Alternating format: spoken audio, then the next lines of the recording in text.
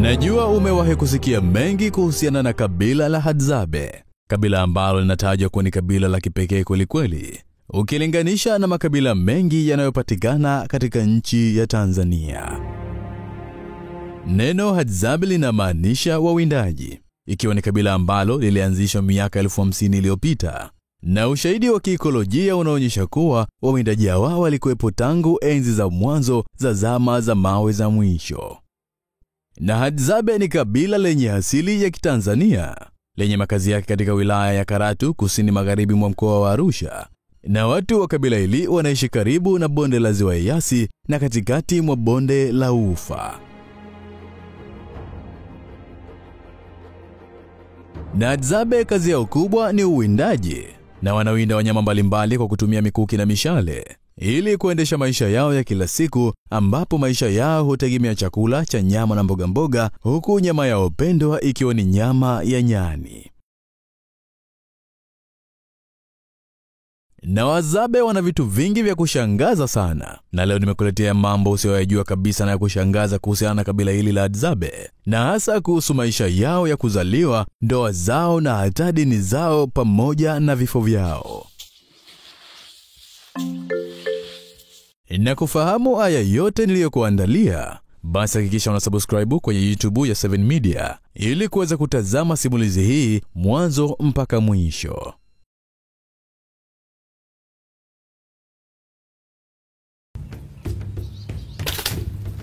Na kabila la Hadzabe wanazungumza lugha zaidi ya 4, yani Kiswahili, Kihadzabe, Kisukuma na Kisanzu.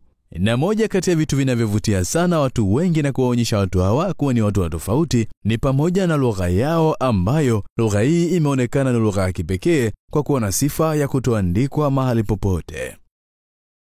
Yani kwa kifupi ni kwamba lugha ya Kihadzabe wala haiwezi kuandikwa mahali popote, na hiyo ni kutokana na namna yake lugha hiyo inavyotamkwa, na maneno yake mengi hutegemea zaidi vitendo vya mdomo kuliko matamshi ya herufi.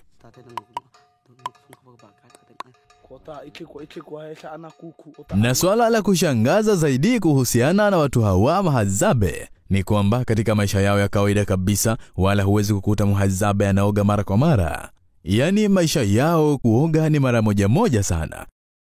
Na kama wewe ukilala bila kuoga, basi usingizi hauji kabisa. Basi wenzio wanalala kabisa, tena hata miezi 2 na 3 bila kuoga kabisa, na wala bila kubadilisha nguo, na maisha yao yanaenda kabisa bila wasiwasi. Na Wahadzabe ambao maisha yao ni ya kuhamahama huku na kule, nyumba zao ni vibanda tu ambavyo havidumu muda mrefu. Tena wengine wanajifichaga tu kwenye maficho madogo madogo kama vile vichaka pamoja na mapango makubwa. Lakini pia watu wengi wanajiuliza maswali kuhusiana na watu wa Hadzabe, kama tu wanaweza wakaoa, na wanatamani kujua ndoa za Hadzabe zinakuwaje. Na hapa ni kuambie kuwa Hadzabe wanaoana, tena wanawake wao wanaolewa baada tu ya kutimiza miaka 17, huku wanaume wao wakiruhusiwa kuoa wakiwa na miaka kuanzia na miaka 20.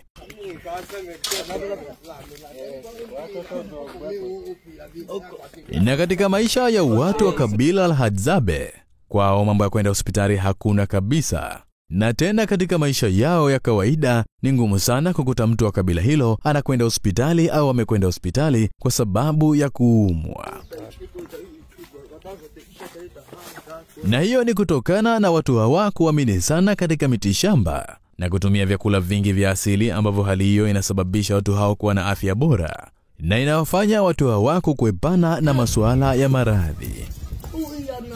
Na kutokana na ripoti ya utafiti wa wanaanthropolojia, imeeleza kuwa watu wengi wa kabila hili Hadzabe wala hawana dini, kwani hawajawahi kabisa kuwa na miundombinu ya dini kwenye mazingira yao. Na hata hivyo watu wa kabila hili hawajawahi kabisa kuwa na kiongozi wa dini wala sherehe yoyote inayohusiana na imani ya kidini ama imani ya maisha baada ya kifo. Lakini pia Hadzabe ni watu ambao wakifa wanazikana kama kawaida.